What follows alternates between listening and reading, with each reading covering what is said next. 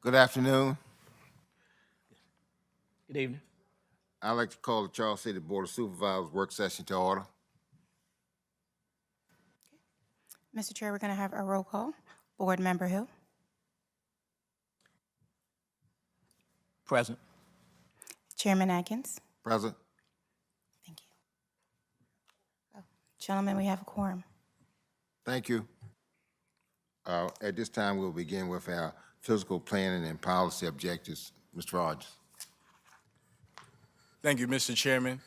As we have endeavored over the past few months to really get the county onto a roadmap for financial sustainability, this afternoon I wanted to use the time that is before us to review some financial policies that are high level for an overall organization and can provide guidance not only to the staff and the administrator, but also to the public so that they know that we have policies in place to guide us to make sure that we have fiscal responsibility and sustainability.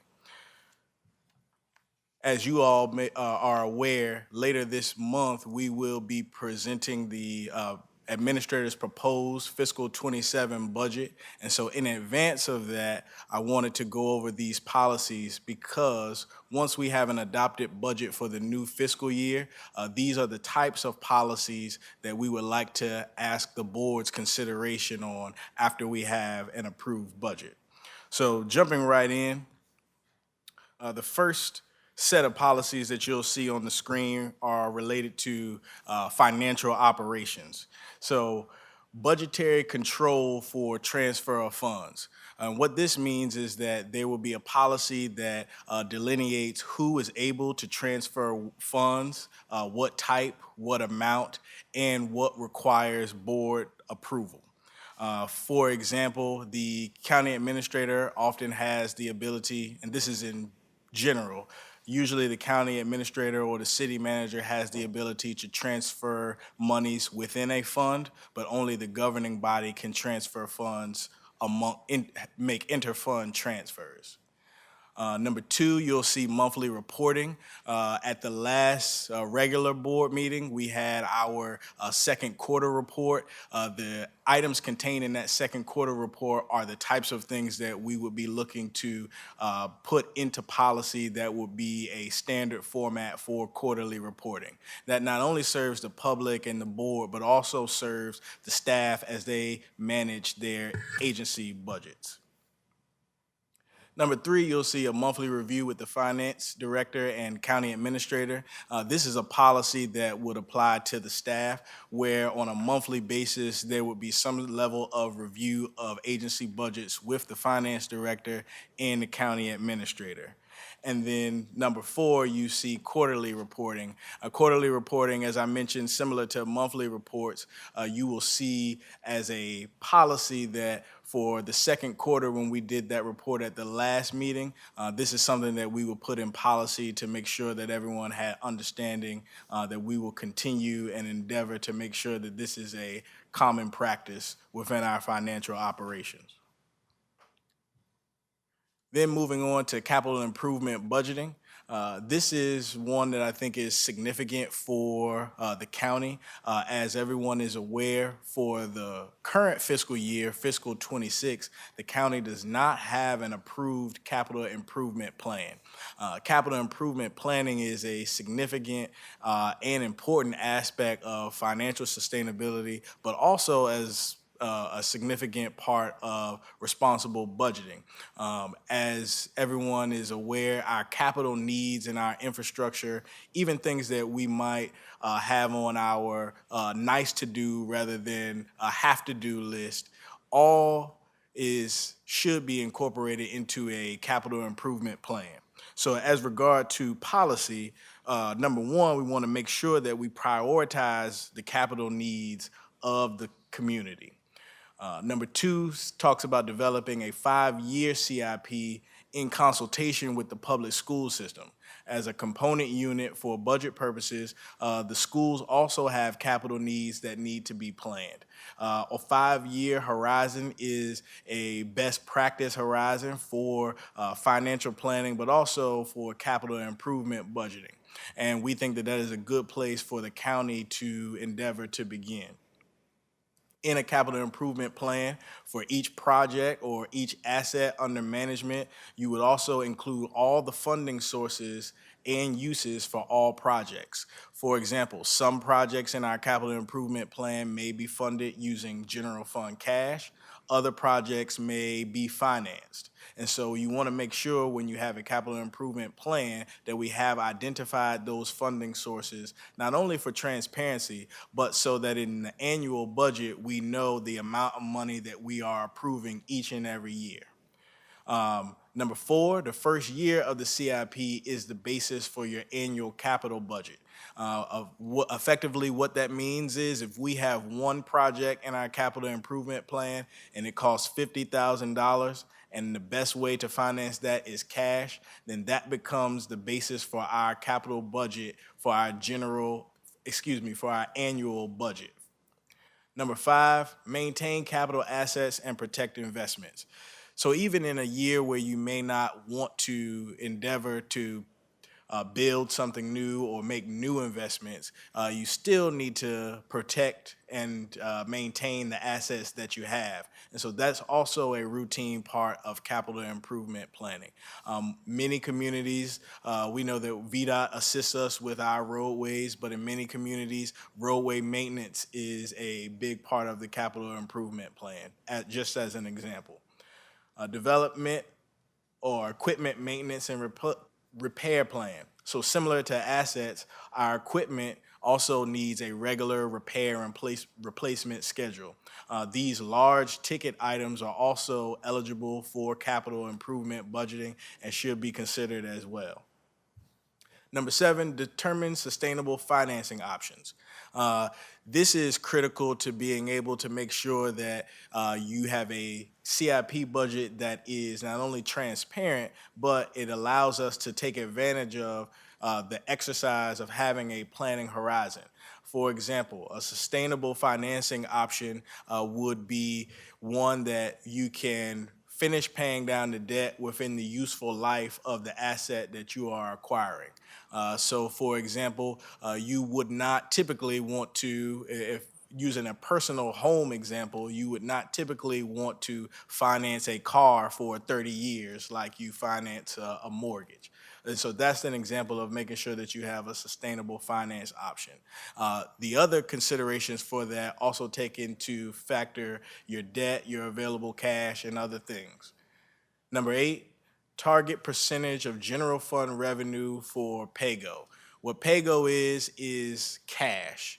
So we would like to develop a policy where we have a percentage of our overall general fund revenue that we can dedicate each year to pay-as-you-go cash to fund our capital improvement plan. This is important because as we look to agencies that may be lenders or we go to the bond market, this is a best practice that would make us, would allow the county to get more favorable interest rates. Now moving on to budget development.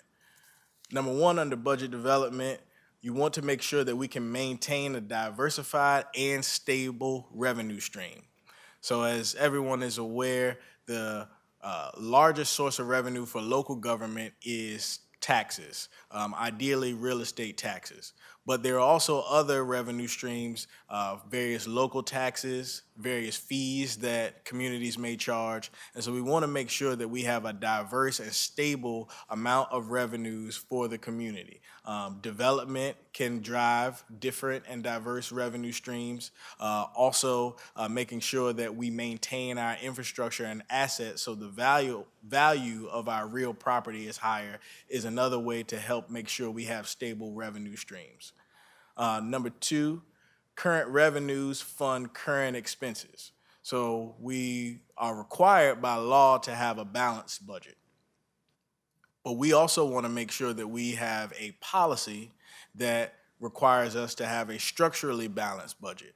And so that means that one-time revenues are only pledged to fund one-time expenditures or to pay down debt service. Number three, pursue appropriate revenue collection policy. So in many areas or many communities, an appropriate revenue collection percentage can be 98 to 99%. And so what that means is that the collections of our tax revenue, we are collecting 98 to 99% of all of the taxes due at any given billing cycle. That is the type of benchmark practice that we would like to implement as well. Number four, prepare and update a 5-year financial forecast model. This is critical to budget development, as we know that typically costs rise over time. And so as we continue to look at responsible ways to budget, we need to make sure that we have a forecast model that can help us to predict or at least be mindful of increased costs that may arise just by us continuing to do our regular course of business. Number five, quarterly projections. So in the previous section, we talked about having quarterly reports. One benefit of having quarterly reports is also making sure that we can include quarterly projections. And those projections will give us clues and hints as to how we will finish a year. And so those are very important, particularly in years where you have a fluctuation in revenue or you may have an anomaly in expenditures. Number six, the budget reflects the fund operating subsidies from the general fund. What this means is we have various funds within our overall budget, and we need to make sure that we are reflecting all of the transfers and support from the general fund that is made that supports our other funds. One example, if you read the previous year's audit, it showed that our utility fund ran at a deficit in fiscal year 25. Well, that deficit was covered by the general fund. So we need to make sure in our budget that we show all of the operating subsidies, which that ultimately would be, that are coming from the general fund that support other funds. Number seven, compliance with state and local statutes. There are various state and local statutes, and obviously we need to comply with them, but we want to make sure that if we adopt a series of policies that we have all the various state and local statutes in one central place, and that we make sure that we are monitoring compliance. And number eight, similar to the previous section, budgetary controls for fund transfers. We want to make sure that we clearly delineate when and who is able to make transfers between funds. Moving on to section 4, which is debt. In regards to debt policies, for number one, we want to endeavor to confine long-term debt for capital projects that cannot be financed with current revenues. So what that means is if we are endeavoring to enter into or take on long-term debt, we want to make sure that that is the best way to finance that project, and there's not a more efficient way to finance that project utilizing existing revenues. Number two, debt issuance is not to exceed the useful life of the asset. So as I mentioned earlier, ideally you would not want to finance a vehicle for 30 years because that would typically be beyond the useful life of that vehicle. So similarly to the types of items that a local government will finance, we want to make sure that we're not issuing debt that exceeds the useful life of the asset we are obtaining. Number three, we want to establish a debt limit not to exceed a percentage of taxable property. Now, this policy is actually related to a state statute that puts a debt limit on communities based on the assessed value of taxable property. And so while the state gives us a statutory limit, we think it's best practice to put into policy a limit that is even more restrictive than the state statute related to the percentage of our taxable property. Number 4, debt service not to exceed a percentage of our government funds. This is to obtain balance. So the value of your government fund is typically takes into consideration both the local community as well as the school system's budget. And so we want to make sure that we have a debt service that doesn't exceed an appropriate percentage of those government funds. Schools and the local government often make up the majority of the capital improvement plan, which results in the majority of the debt service. And so to use a home example, it would be making sure that you don't have more bills, have an appropriate percentage of obligations for your home versus the income that you are bringing in. Number 5, pay down 50% of principal in 10 years. We think that this shows strong fiscal management and gives us a good head up on planning for the future by endeavoring to pay down 50% of the principal for all our debt within 10-year time frame. Number 6, regularly analyze our total indebtedness. What we want to make sure that we do is, again, use debt responsibly. And so we want to make sure that on an annual basis, we're evaluating our total indebtedness, the impact it has on our debt service, and overall what our revenues and expenditures are looking like in any given fiscal year. Number 7, prioritize special revenues and self-supporting revenues over GO bonds. This is something that is a little particular. However, where possible and when available, we want to make sure that we prioritize other types of debt issuance over general obligation debt, as oftentimes special revenues are ones that are generated and dedicated to a specific service. And so if we are able to, for example, raise funds through a utility, it should be those funds that are used to finance utility projects versus the general obligation bonds or debt. And number 8 actually it says tax anticipation debt, but that should say revenue anticipation debt. We want to retire any revenue anticipation debt annually, and ultimately we want to eliminate the need for revenue anticipation debt. And number 5 speaks to reserves. Number 1, we want to have a policy that our unassigned fund balance will not be used for recurring expenditures. Again, this is budget best practice.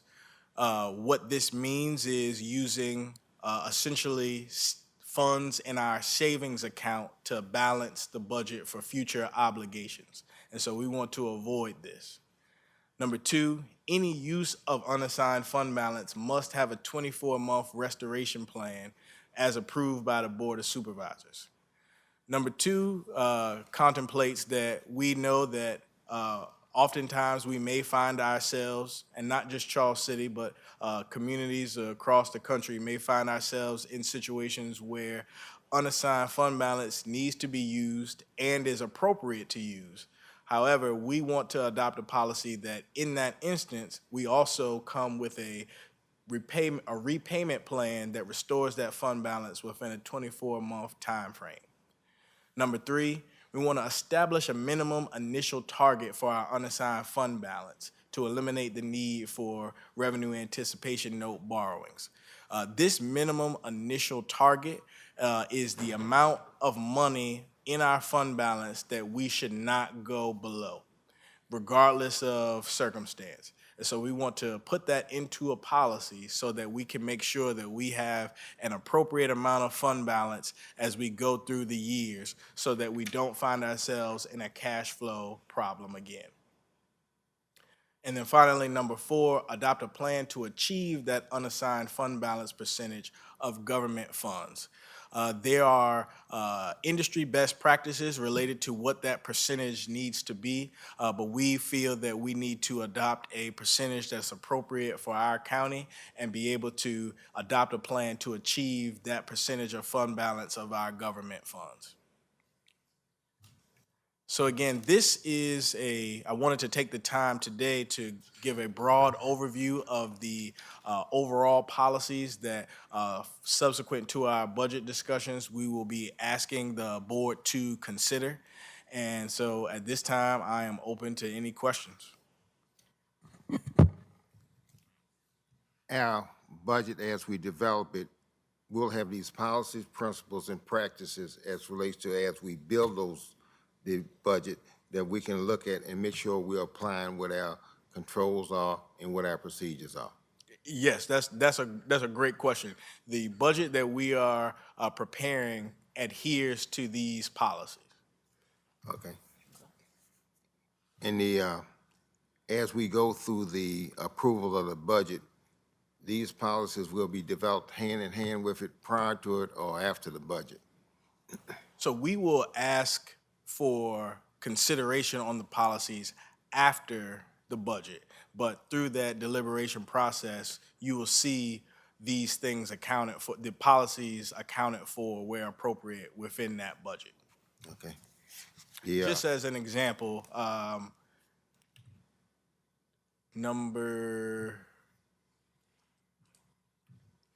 me find an example. Unassigned fund balance not used for reoccurring expenditures. So the budget that will be proposed will not have unassigned fund balance programmed for recurring expenditures, as an example. So, well, let's set the profile for any, not any, but if a question is raised about a specific financial issue or matter, that we'll have a policy and we should be able to go back to pull it and identify what occurred with it. Yes, and these are high-level policies for an organization.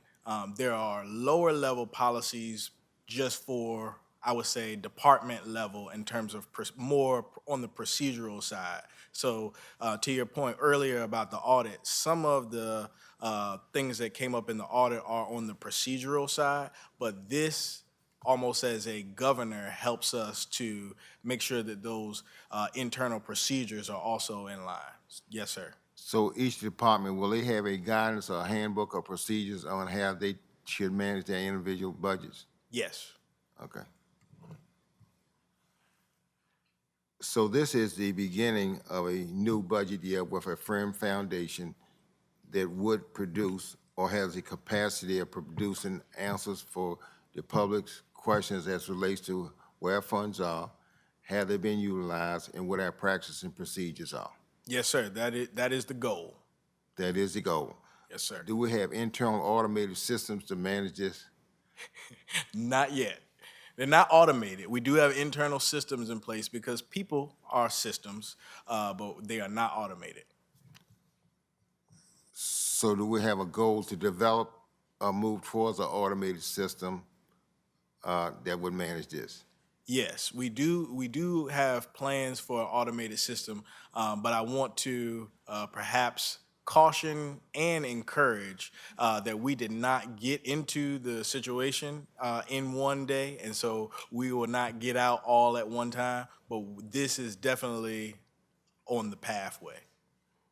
So we're stepping in a pathway of clearly defining who we are, what our budget expenditures are, what our programs are, have we transferred funds, what funds came from where, and having an accountability system to be able to report back on that. Yes, sir. Of course, what kind of time frame are we looking for these systematic procedures to be able to stand on their own? Well, we've already begun. Okay. And I think that we will already find ourselves in compliance with some of these because some of these are statutory, so they're really not optional. And I think next fiscal year, so July 1, 2026, is where we really want to make sure that we've got these in place, adopted by the board of supervisors, and be able to operate from there. So potentially, we should see this probably in that first quarterly report, like October? Yes, yes. Okay. As relates to capital improvement, and it is the hope on item 2, could you kind of elaborate a little bit more as what means to, in consultation with the school system? Well, I think this is best practice for budgeting, even on the operating side. But we respect the schools and the school board's ability to develop their operating budget. But on the capital side, the county is the largest contributor to public schools in general. And so on the capital side, we need to plan together to be able to accommodate the needs for both agencies. Also, I think because capital improvement planning often involves financing, we need to both be at the table to make sure that we understand the ramifications for financing items. So are we saying there would be one capital improvement budget? The schools will have their own budget that's independent of the county, but in the county's budget, it is my goal to reflect schools as the component unit that they are, and that we have the county's capital improvement plan includes public schools items. And I'm certain we won't have this for the upcoming budget, but as relates to capital improvement, we're talking about a 5-year plan.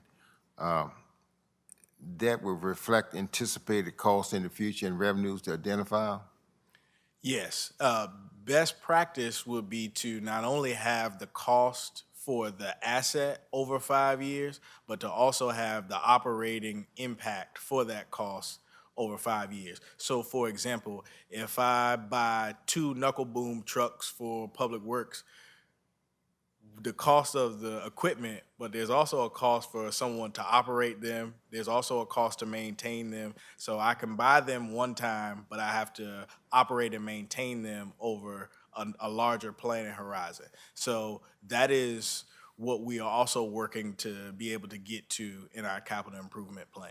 I think for the upcoming year, we may not be at that level of specificity yet, but primarily because we have large capital needs related to our utilities, which we've had many discussions with our financial advisor and DEQ about. And so those projects probably loom larger than some of the other capital improvement needs that we have. So hopefully those projects are ones that will result in a cost savings over time once those assets are improved upon.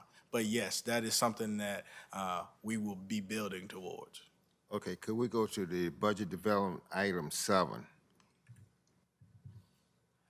As we look at that, how much control would we have over development, whatever is needed, and making every effort that our annual audit is done in compliance with the statutes of the Commonwealth of Virginia? So I can say that this year, since I was here, we made every effort to be in compliance. What I would also say is, while this speaks to the compliance for the budget development, the audit, and which is good news because the budget is in our hands. For an audit, every community in the Commonwealth is at the behest of their audit firm. And so while that's a contractual relationship, you can imagine that we all need the audits done at the very same time, and there's only but so many audit firms, and so we all are in the same boat in regards to that. But I would say the finance team here and our finance director did a tremendous job of preparing for the fiscal 25 audit, not only with the audit firm that we have, but doing preliminary audit work with CBH to make sure that we were audit ready, so to speak. And I think that that is something that shouldn't be glossed over for our community because in years past, we were not as audit ready as we were this year. So, and that's something that is also a benefit because we can continue to build upon that. So next year should hopefully be even smoother. So what you're basically saying, you can put in as many controls as you want. You can be as audit ready as you do, but we don't have a particular control over compliance with December statutes of an audit being completed. I can tell you how many times I begged the audit firm to finish, and I want to thank the audit firm that we had as well because they did note our progress, and I think when you sometimes what is not seen is when you make improvements, sometimes that makes the audit go longer because now you've made improvements, so I need to document those, evaluate those, maybe with a little finer tooth comb than I had in the past when I could just say, okay, this didn't exist or this is not in compliance. So I think everybody did a great job with this 25 audit. But yes, every community in the Commonwealth, we are all at the behest of our audit firm for that deadline. But one thing that we also want to make sure that we do is communicate. So we try to communicate as quickly as possible when we can know for sure we've got a draft in hand to make sure we can submit that to the auditor of public accounts. So what we're saying is even quality development, better enhancements, does not give any assurance of a timely completion of an audit. It may actually give some things that they'll look at closer. Timely completion of a budget, yes. Timely completion of an audit, maybe Not not. necessarily. Not necessarily. Okay. However, that's our goal in our effort to make sure we comply with what we need to do in a timely manner. Absolutely. And these are controls to assure those types of things. Absolutely. Okay.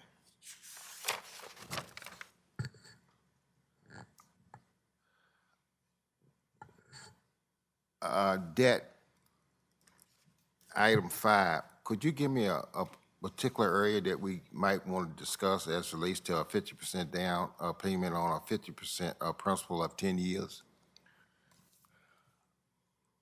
I don't know of a good example for. I don't think we have any, do we? Right. I don't think we currently have a good example, but a good example would be if you were to a community that might build a new school, something large, multi-million-dollar project. That would be one of the projects that I would say we want to make sure we have a plan to pay down 50% of that principal within 10 years. Because obviously the useful life of a building is beyond 10 years, and paying down that principal ultimately should save us money in the long run. And I think one of the things that's important about the policies comprehensively is the rating agencies are going to want to see that you have made a commitment to practices. Everyone understands that things outside of our control may impact our financial situation, but if we are have policies that the board and the governing body has approved, then they know what our intentions are, and that also helps us. Okay, and on item 5, these policies, practices, and principles should relieve us for any unforeseeable areas as relates to number 3. For the minimum initial target, Yes. yes.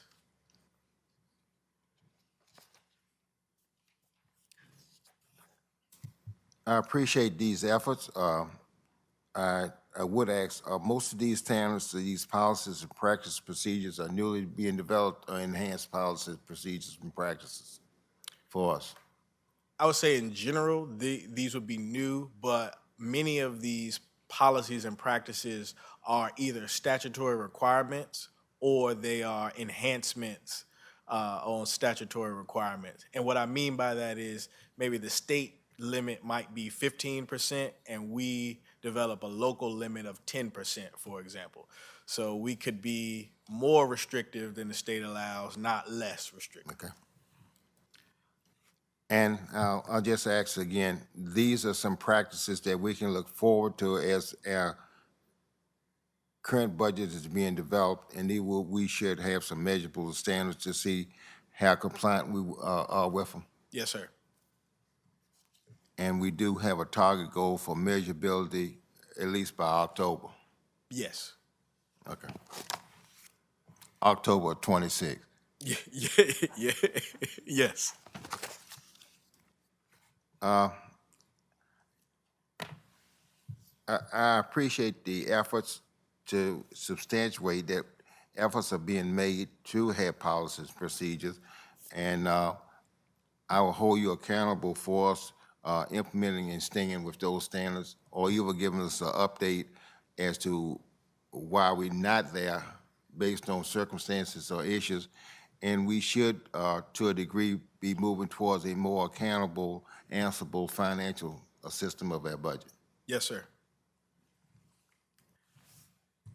Well, I'm happy to see this roadmap for financial sustainability. And the way it's itemized, I think it gives us, something that we can target. And, because sometimes when you have stuff in your head, it slipped through the cracks.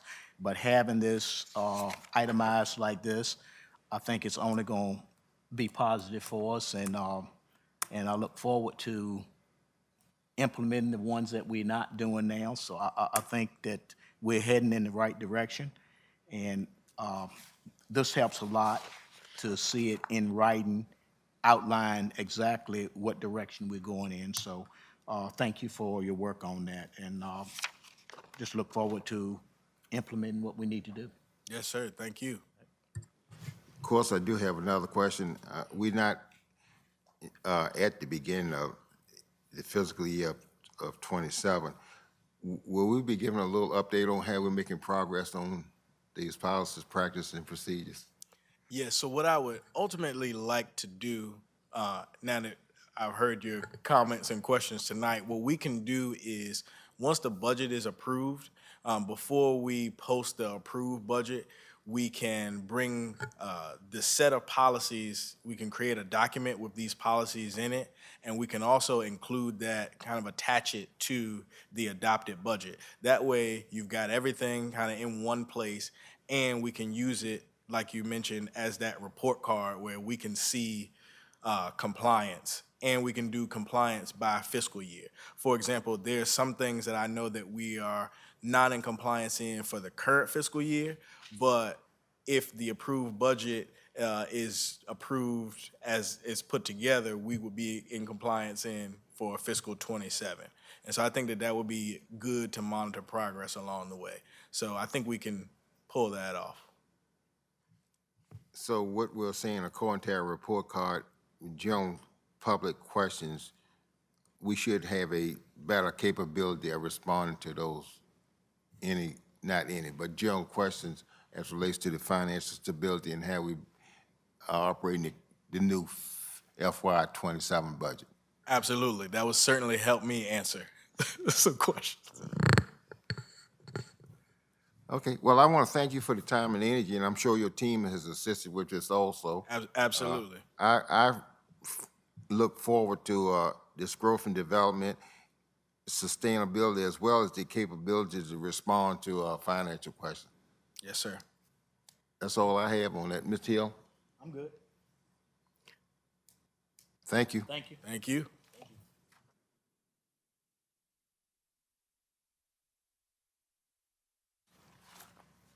Adjourn or don't adjourn? Thank you for your time, your patience. This information is available to see as we do through the budget process, and this work session is adjourned. Thank you.